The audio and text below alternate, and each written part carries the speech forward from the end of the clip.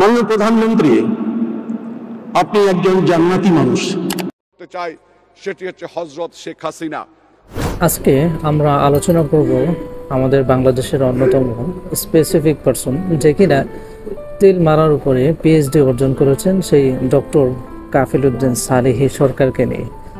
আমরা প্রথমে একটু দেখা ট্রাই করব যে আসলে কাফিল উদ্দিন সালেহী সরকার উনি আসলে শেখ হাসিনার কতটুকু কাছাকাছি ছিলেন সেটি আমরা একটু দেখে আছি। একটা পত্রিকা আমি পড়ছিলাম, সেখানে দেখলাম যে কাফিল উদ্দিন সালেহী সরকারকে ইসলামিক ফাউন্ডেশনের গভর্নর নিযুক্ত করা হয়েছে এবং তিনি সেখান থেকেই কিন্তু শুরু হয়েছে তার এরকম কথাবার্তা।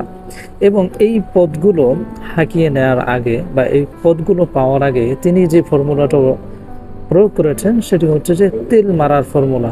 কিভাবে তেল মারতে হয়, এই তেলবাজির কারণেই কিন্তু উনি ইসলামিক ফাউন্ডেশনের অন্যতম একজন গভর্নর হিসেবে তিনি নিযুক্ত হয়েছেন। আসলে এই জিনিসটা ছাড়া গুরুত্বপূর্ণ স্থানে বসার মতো কোনো সুযোগ ছিল না সাবেক প্রধানমন্ত্রী শেখ হাসিনার আমলে। সো সেই জায়গা থেকেই কিন্তু উনি ইসলামিক ফাউন্ডেশনের গভর্নর নিযুক্ত হয়েছেন এবং উনি ইতিহাসের সব থেকে জঘন্যতম কথা বলেছেন এই বক্তব্যটায়।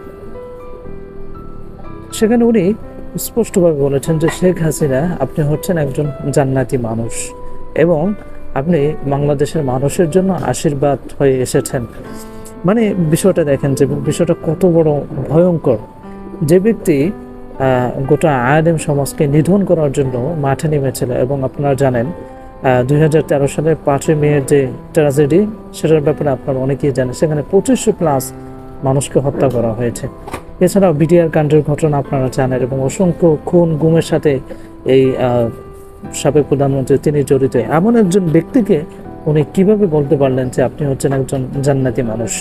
এবং উনি দ্বিতীয় স্টেপে যে কথা বলেছেন সেটি হচ্ছে যে আপনি বাংলাদেশের মানুষের জন্য আশীর্বাদ হয়ে এসেছেন।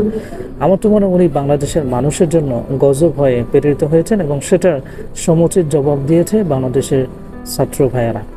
এখন তৃতীয় যে বিষয়টা নিয়ে কথা বলবো সেটি হচ্ছে যে ইসলামিক ফাউন্ডেশন কর্তৃক যে সমস্ত মডেল মসজিদগুলো গোটা বাংলাদেশে তৈরি হয়েছে, সেখানে আসলে কারা নিয়োগ পেত?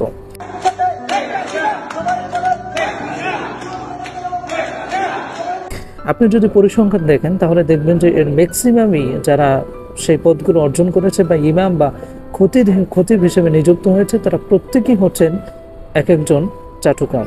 এবং আপনারা যদি খেয়াল করেন যে গোপালগঞ্জের একজন বক্তা ছিলেন, তার নামটা আমি জানি না, তার বক্তব্যগুলো শুনতাম। সেখানে তিনি তার একটা বক্তব্য বলেছেন যে প্রধানমন্ত্রী শেখ হাসিনার কাছে আমি আবেদন করব যাতে কৌমি বা তিনি বলেছেন যে ওয়াহাবি যাতে এই মডেল মসজিদগুলোতে চান্স না পায়।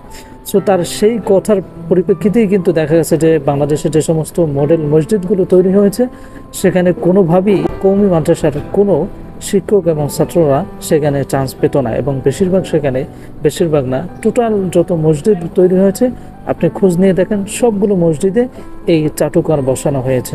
এবং সর্বশেষ যেটি বলবো যে এই চাটুকারদের সর্বশেষ স্থান কোথায় হয়েছে সেটা আপনারা জানেন। বাইতুল মোকাররমের খতিবের কথা যদি আমি লাস্টলি বলি, সেটি হচ্ছে যে বাইতুল মোকাররমের খতিব যিনি ছিলেন রুহুল আমিন, তিনি কিন্তু শেষ পর্যন্ত পালাতে বাধ্য হয়েছেন আওয়ামী লীগ সরকারের অন্যান্য নেতা কিংবা মন্ত্রীর মতো।